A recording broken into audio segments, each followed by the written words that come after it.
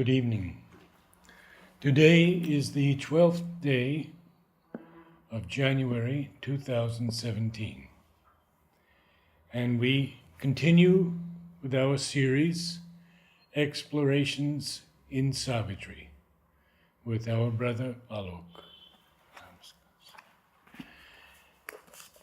We are in Book 2, the Book of the Traveler of the Worlds, Canto 6, Kingdoms and Godheads of the Greater Life.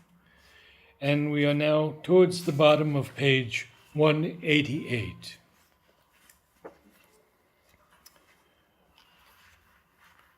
So as we can see that Aurobindo is taking us through a whole exploration of different worlds, of which one of the most fascinatingly complex world is the vital. Mystics have been familiar with this world. Some, mystics, at least Kabir and Guru Nanak, they mention about these worlds in the passing. And they say that there are many, many beautiful, splendorous gardens and palaces in the boundless kingdom of the Lord. I think something like that. Christ also says when he says there are many mansions in the house of my Lord. So these worlds have been known, but they have not been described in detail because traditional mystic experience has been to escape from all confines of form and the manifested creation into the unmanifest and the formless. So the method they adopt is, regardless of anything, don't focus on all these experiences as you go through these visions and voices and many, many kinds of experiences that naturally arise. And there is no doubt that a sadhak can never be enough on caution against the onslaught of this world or the experiences of this world, which come not only as visions and voices but as suggestions. As I said, suggestions that one is a yogi, suggestions that one is an instrument, suggestions of all kinds. And very often these suggestions also carry a kernel of truth in it. So that makes it even more complex. So, Buddha was well aware of these things. So his method was just disregard them all as illusions. So right from the physical world, right up to the higher mental worlds, they were all illusions. Till you eventually got out of this entire gamut of creation into the permanent. But because Buddha had gone through these experiences, it's very interesting that post-Buddhism, in fact, even while Buddha was still there in the physical body, Mother says that a religion had begun to form around him, which divided itself into two sects. So one was the Hinayana Buddhism, which follows this line that, Hin, the little vehicle, where you don't talk about all the entire complexity and richness of creation and the variety of experiences and focus only on nothingness. Whereas there was another Buddhism, which is Mahayana Buddhism. If you read Mahayana Buddhism, it sounds like Hinduism with so many gods, goddesses, and titans and all kinds of energies. And Tibetan Buddhism derives a lot from that, yes, and a lot of occultism, because they focus on the many-sidedness of the creative spirit. So depending on which way one looks at it, but in Sri Aurobindo's yoga, because the goal is world transformation, you cannot escape at least a working knowledge of world forces. And not only working knowledge, to some extent even an occult understanding. If not, we are not practitioners of occultism, unless to some people it comes naturally. But still we must understand the occult design behind this world. Not only so that we are not lost, but also we can understand the play. But only Sri Aurobindo could describe it in detail. So now we see in the next maybe 1.5 or 2 pages, or maybe 3 pages, Sri Aurobindo gives us, as if in a summary, this whole world with its many, many facets. And the beauty is that as you go through these passages, which I always feel that, Sri Aurobindo actually brings the picture alive. Yes. It looks like plenty of things are happening here. And they are taking plenty of forms. And that's what we will see. Page 188. As one who spells illumined characters. As one who spells illumined characters. The key book of a crabbed magician text. He scanned her subtle, tangled, weird designs and the screen difficult theorem of her clues. Now that's very interesting because we're going to see a lot of words in this this coming passage. Which actually relate, if you look at it closely, to magic. Yes. So And crabbed, you see, crabbed is shaky, almost illegible, unreadable, cramped style. it also gives an impression of, as if these words have been deliberately, or the letters have been deliberately blended into each other. You see, when you see many of these occult diagrams, so you will see in these occult diagrams of ancient times, you will see that there are certain geometric designs, and in each design there would be a letter. Now, now what is not mentioned is how you are supposed to read them, in what order, and what they really mean. That is hidden from the non-initiate. And only those who are initiate, they are given this, these diagrams and the deeper understanding. When Satprem was practicing occultism with Pandit Neelkant Shastri, Yes. once he was told that you make this particular diagram and you have to do this particular mantra to invoke Mahalakshmi. So many times. So many times, yes, so many times. And it was a whole diagram, and mother asked him to tell in details. So, he says in details, and he says, these are all nonsensical words, they don't make any sense to me, and I have to recite them so many times. Some of these mantras of this, which invoke these deities, they make no sense. Om, Him, Kling, Bring, they don't make any sense. Shubinda has even made a little humorous aside to it when he tells Nirod Baran, when he had a boil, he says, you have to tell a particular mantra, Om, Tat, Tat, Tat, Tat. So Nirodha did it very seriously. And he says, by the way, I am trying your mantra, but it is having no effect. So he says, no, you can't do it just like this. There is a process to do it. And the process is you have to say it so many times in the presence of 4 Brahmins who don't have a pot belly and are free of all sex thoughts. So, the Lord's ways of, in one stroke, showing many things. So, it's so interesting, these occult patterns, they are practiced. You have Sri Chakras and many of these, and they actually try to invoke and capture the deities in these patterns. But what they succeed is not in the real thing, because you cannot capture the real truth, but in some reflection of that. Like there are many Kalis on the vital plane, and you can capture some of these and, make them do your wish, but not the real Mahakali, because she escapes all pattern and design.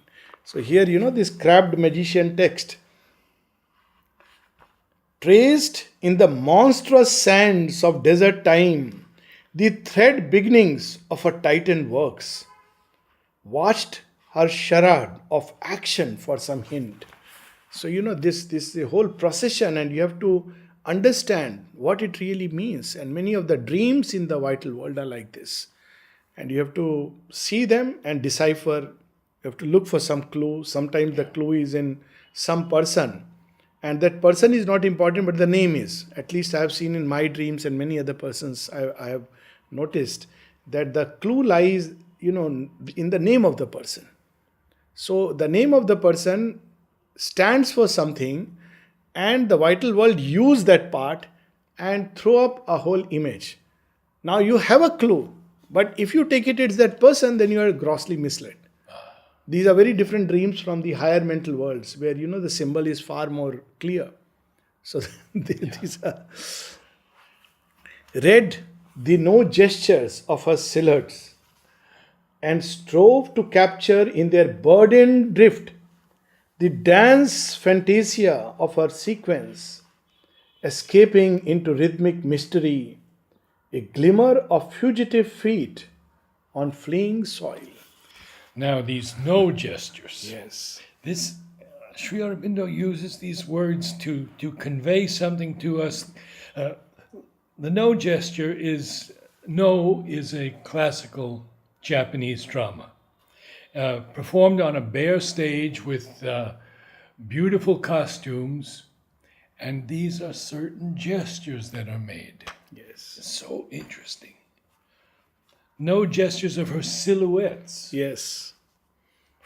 You have to decipher from that Yeah. the real sense which is behind. And it plays, and they come and vanish. Yeah. All kinds of things. And beautiful lines, escaping the dance fantasia of her sequences, escaping into rhythmic mystery, a glimmer of fugitive feet on fleeing soil. So the whole stage itself is ever changing, as if there is a massive light and sound show, and the color changes, the stage changes, everything changes. And forms change, their draperies change. So this is how the vital world is. In the labyrinth pattern of her thoughts and hopes, and the byways of her intimate desires, in the complex corners crowded with her dreams, and rounds crossed by an intrigue of irrelevant rounds. Doodling. Yeah. It reminds you of doodling. Rounds with rounds and, meaningless rounds, irrelevant rounds. A wanderer straying amid fugitive scenes, he lost its signs and chased each failing guess. So there is something and he wants to catch it and then he loses it. It's like, you're trying to pick up one end of the thread and reach the other. And you're getting lost in the way. Like those mazes, which, Yes. you're in. Very, very complex mazes. So you try and you suddenly reach a block. You come back. You take up another trail. So that is how this world is. Ever he met keywords ignorant of their key. You have the classical computer ignorant of their key. A sun that dazzled its own eye of sight. The suns of the vital world are very dazzling. Their splendors are very bright. It's not soothing. It can even hurt or it will try to impress itself. Unlike that sun, which is so full of sweetness, so full of beauty. A luminous enigma's brilliant hood lit the dense purple barrier of thought sky. Now all these are, of course, what should be in the scene. Skies of the vital world, Exactly. sands of the vital world, ground of the vital world, the ambience of the vital world. Everything is being described.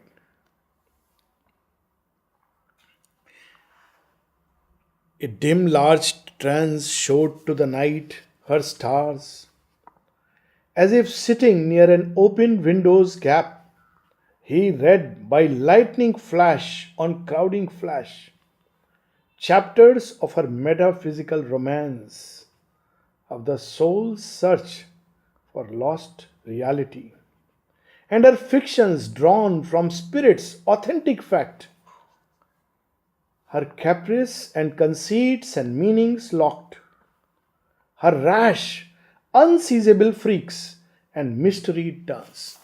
Classic description of the light and sound shows, if anybody has seen. Lightnings, flash after flash. There is an authentic fact from which it derives, and it tries to recreate a scene which is based partly on facts as they have been received, which are already distorted, and partly on images thrown up by the mind and imaginations and our own conceptions of the whole thing. And we think, it's magnificent. And these caprices, which are sudden, unexpected changes. Changes, that's right. And conceits Yes. that twist in the mind. Yes. So, this is the original light and sound shows. The magnificent wrappings of her secrecy, that fold her desirable body out of sight. It's like a gift packed in such wonderful wraps that you don't feel like opening it. And it's hidden. And you open one wrapper and another comes up, equally tantalizing. And so it keeps the truth out of sight. And the wrappings are all around. These strange, significant forms woven on her robe, her meaningful outlines of the souls of things he saw, her false transparencies of thought hue, her rich brocades with imaged fancies sewn, and mutable masks and broiders of disguise. So, truth is wrapped in magnificent colors and richness and brocades and embroidery and paintings. Yes. So, ultimately, you end up seeing that and not the truth. The disguise. Yeah, the disguise. Because it's so fascinating. 1,000 baffling faces of the truth looked at him from her forms with unknown eyes and wordless mouths unrecognizable, spoke from the figures of her masquerade, or peered from the recondite magnificence and subtle splendor of her draperies. You see, this is a typical, we have these two kinds of temples. One is which are bare, absolutely bare. Like, the famous Shiva temple in Kedarnath or Amarnath. There is nothing, no richness. You just go, it's a journey, and at the end you are face to face with the deity. This is one approach to truth. Another is you see some of these South Indian temples. Even before you enter, you will see so many forms all around. And there will always be some demon with two, horns keeping watch. So it's because everything is included there. It's not that it's that's how these temples were created. You will see some gods, some goddesses outside, and when you go inside, you will see all kinds of paintings and all kinds of images. It is said that even the sexual acts Yes, are displayed in the yes, front yes. because man has to be over them to enter.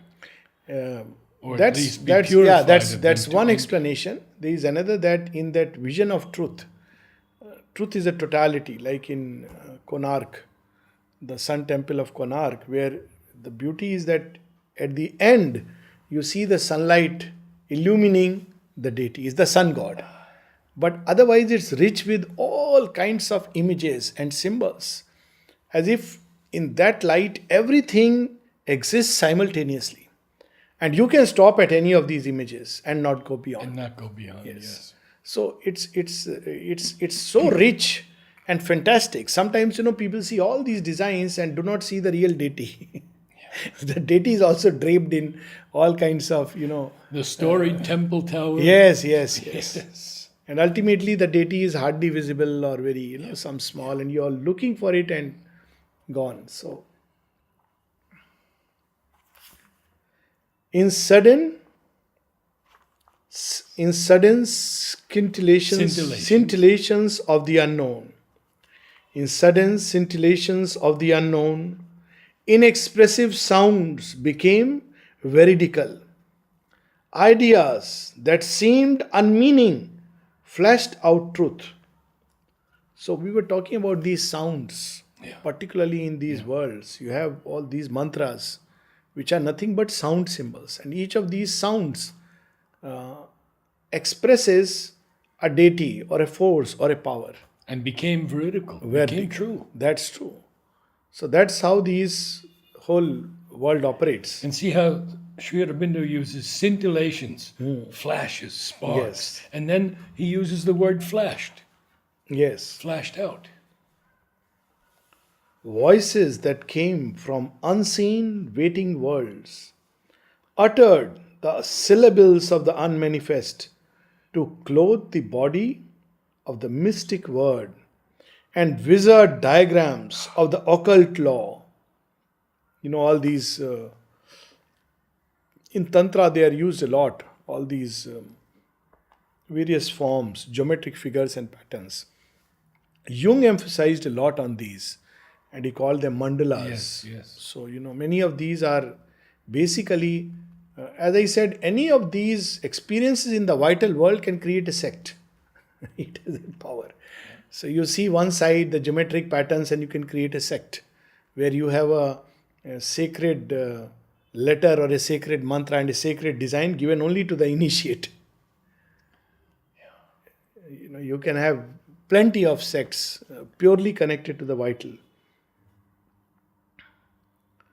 And wizard diagrams of the occult law seal some precise, unreadable harmony, or used hue and figure to reconstitute the herald blazon of time's secret things. Aurobindo has revealed a lot about magic here.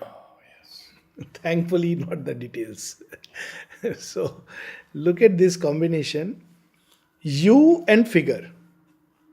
So, it's not just the figure, it's a certain combination of shades and light and shadows, and it suddenly comes alive.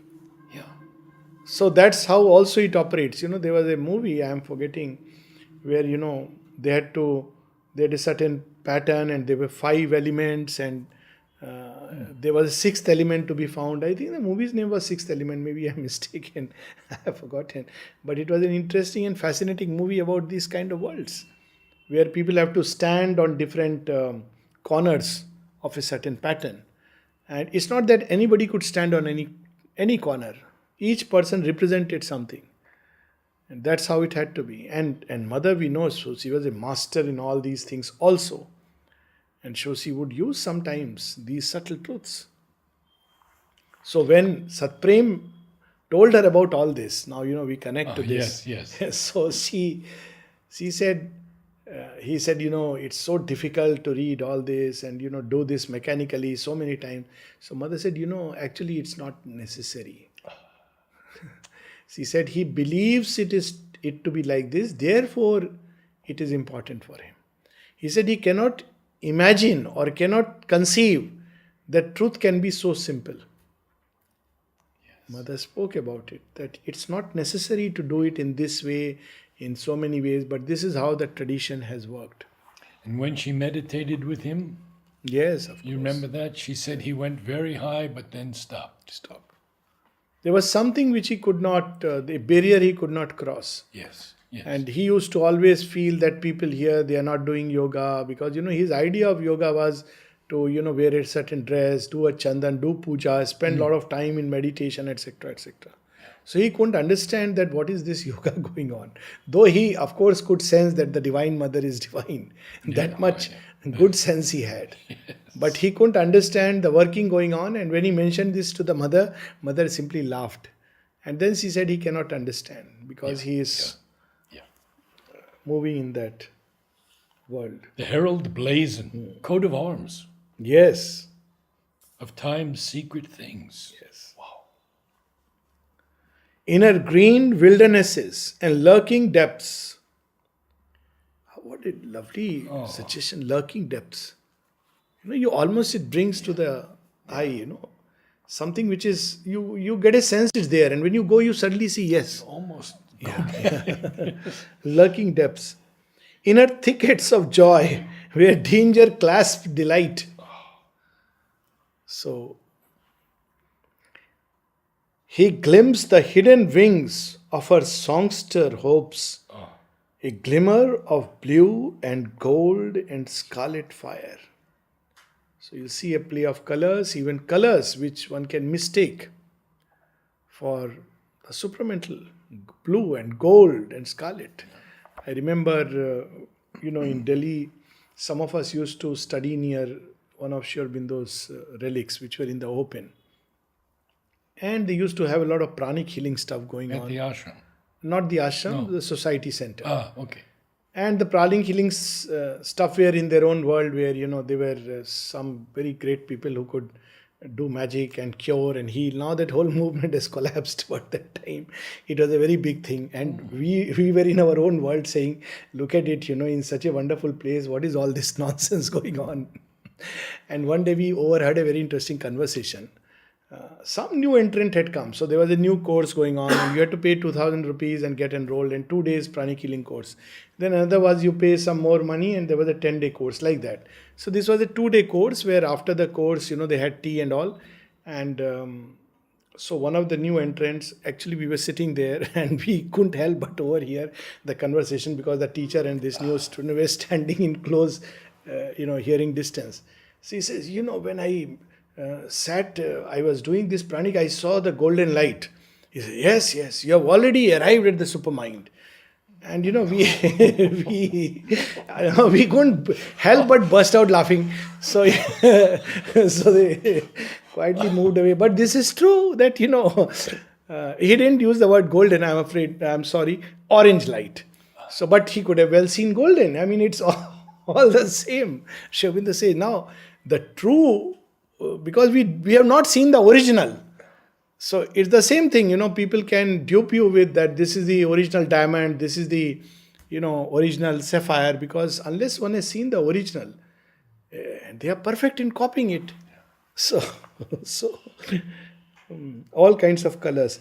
In her covert lanes, bordering her chance field paths, and by her singing rivulets and calm lakes, everything can be mimicked in the vital, including the calm, including the peace of the Sachidanand. Aurobindo was asked this.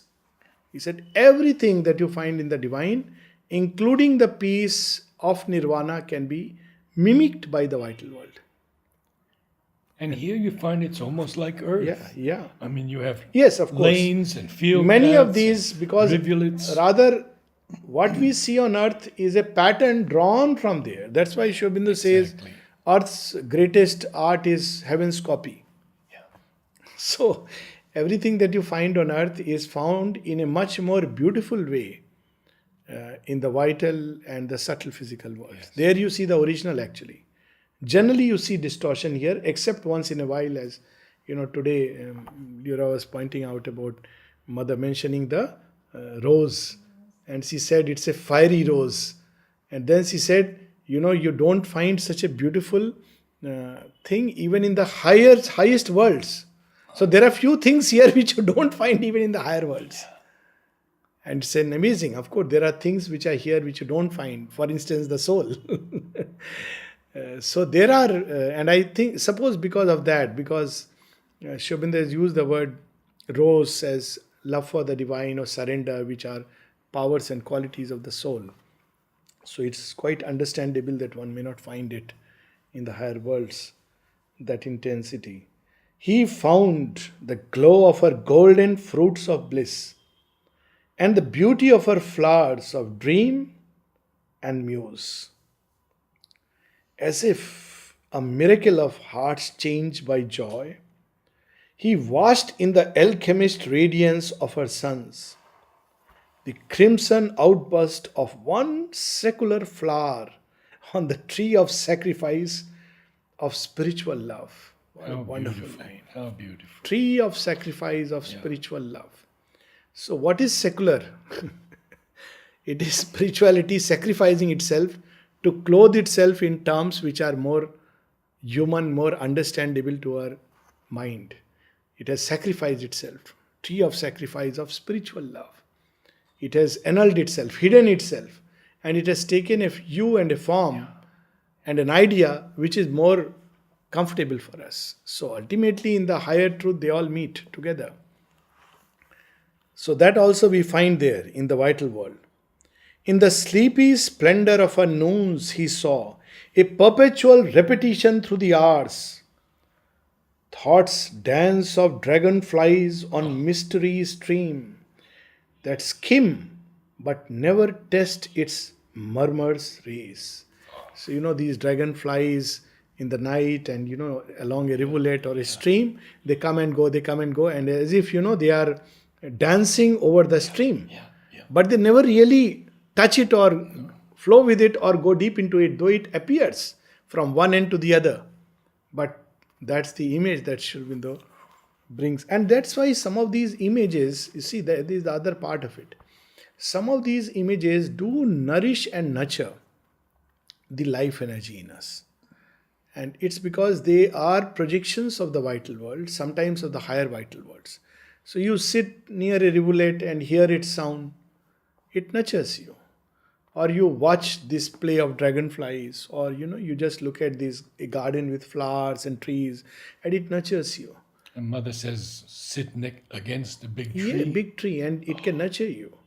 So that's because basically they contain in their origin, they are creations where the vital has gone very richly into it.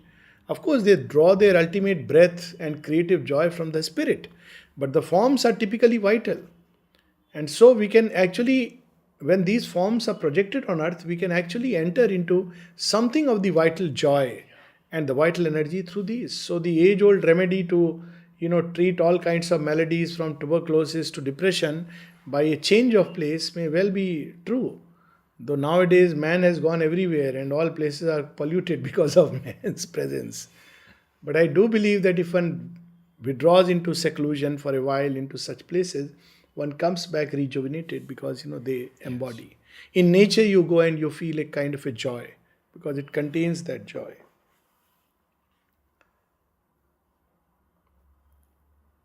I love this line, in the sleepy splendor of her noons. Sleepy splendor of the noon.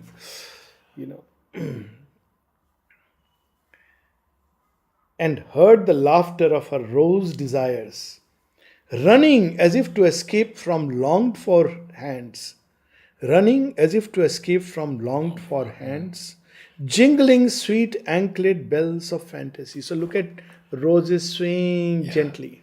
So you, as if you want to catch them and they just go away, thereby testing and teasing you. And you feel it's all ephemeral for us. Yes, absolutely. So this is how he brings home the entire range of images of the vital world. Amidst life symbols of her occult power, he moved and felt them as close real forms. There it is. In that life more concrete than the lives of men, throbbed heartbeats of the hidden reality. Embodied was there what we but think and feel. So all that we feel takes on an image there. And it's something concrete, like, rose.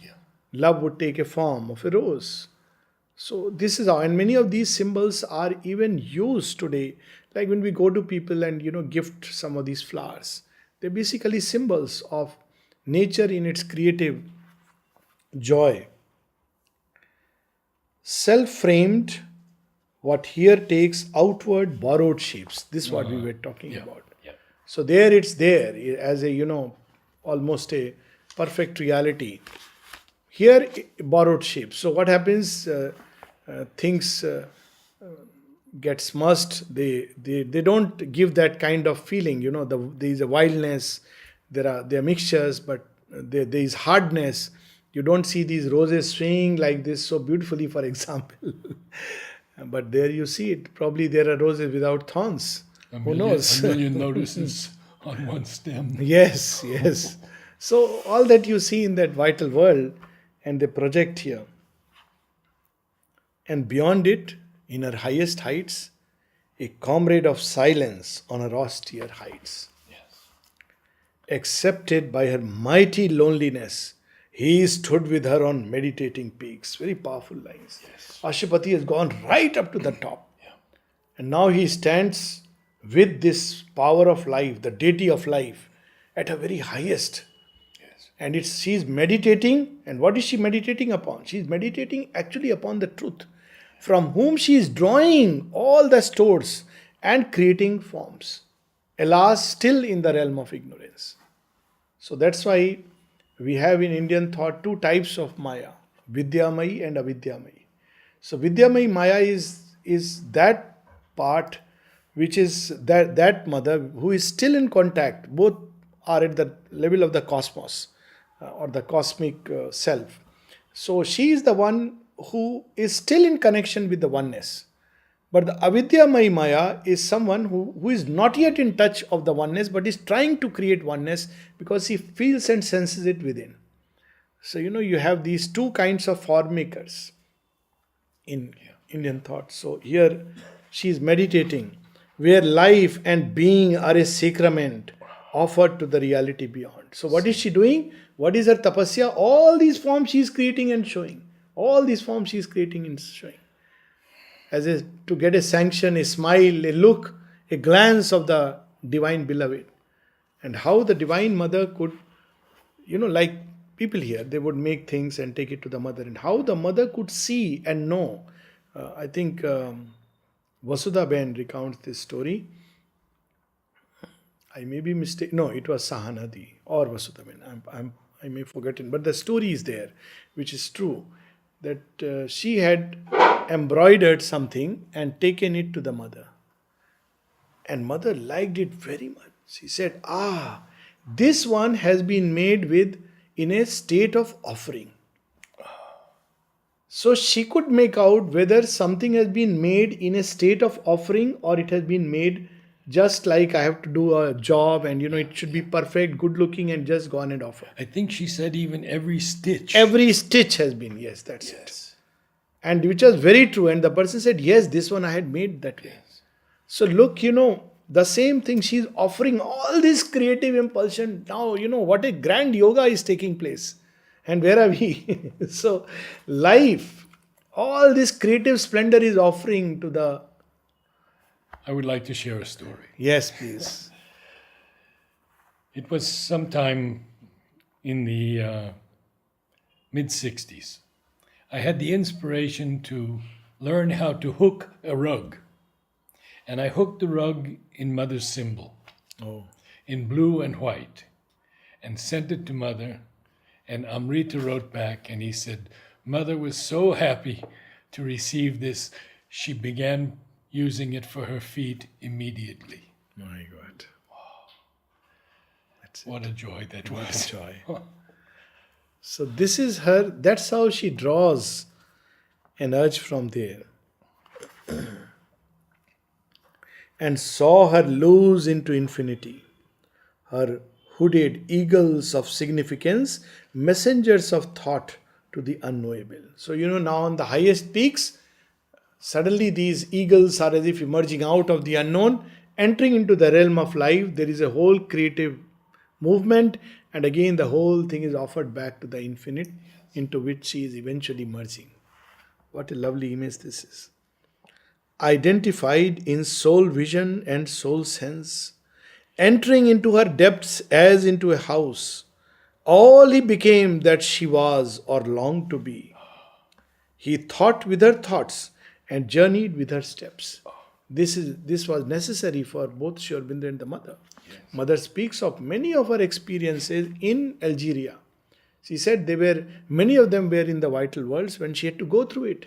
Sri Aurobindo himself speaks about many of his experiences in the beginning, which were in the vital worlds. They had to go through it. Yes. Then only they could tell others that, be careful, there is a danger, this is what it means, go this way, go that way. So many dreams people narrated, in the vital world. Even she said that, when you get a punch, it can actually have a physical effect. And Amal Kiran had a black eye. Lived with her breath and scanned all with her eyes. He thought with her thoughts and journeyed with her steps. Lived with her breath and scanned all with her eyes, that so he might learn the secret of her soul. So he is completely now, Ashupati has identified himself. Yes. In fact, he would do it with each plane of consciousness, completely with the cosmic vital. And he knows all the secrets. And that's how he will go beyond. And that's how Sri Aurobindo knew actually the secret about everything. Because he had completely gone through these steps by steps. And scanned the secrets of the overmind. That also, that will be much later. Much later. A witness overmastered by his scene, He admired her splendid front of pomp and play, and the marvels of her rich and delicate craft, and thrilled to the insistence of her cry. Impassioned he bore the sorceries of her might, felt laid on him her abrupt, mysterious will, her hands that need fate in their violent grasp, her touch that moves, her powers that seize and drive. All these he has seen as a witness who is pulled. It's so difficult, a yogi of the caliber of Ashwapati. Even he is pulled by them. And he goes, he sees, identifies, and he sees how powerful this vital world can be. You can anytime mistake. Kali, mother says that what people have made of her. This is not the real Kali. These are Kalis in the vital world where you see countless, and people worship. But he sees something more. Yes. And that is the lesson. And this is it. But this too he saw.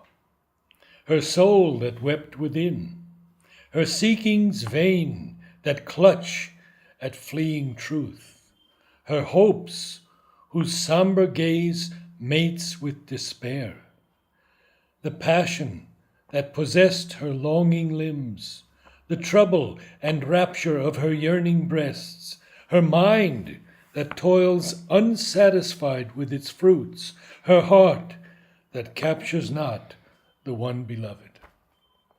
So many forms it creates to embody the one beloved. Yes. And she lost in the forms and figures, countless forms and figures, searches for the one beloved on all these. Yes. Here, there, maybe here. Yeah. But at the end, everything she finds, the joy of discovery, the joy of creation, but misses that one face, Yes. the most loved of all. Yes. This is a famous line, no? Yeah. One face that most loved by all. I'm forgetting, it's a famous poet who wrote this. Always he met a veiled and seeking force, an exiled goddess building mimic heavens. So this is the irony and the fate or tragedy of this world, and the goddess who is building all this, the creative goddess, who has been exiled from her own highest truth. So she remembers her home and wants to create. She remembers where she comes from. She remembers vaguely a little memory and outline of the face. And she is trying to build it. Always he met a veiled and seeking force, an exiled goddess building mimic heavens, a sphinx whose eyes look up to a hidden sun.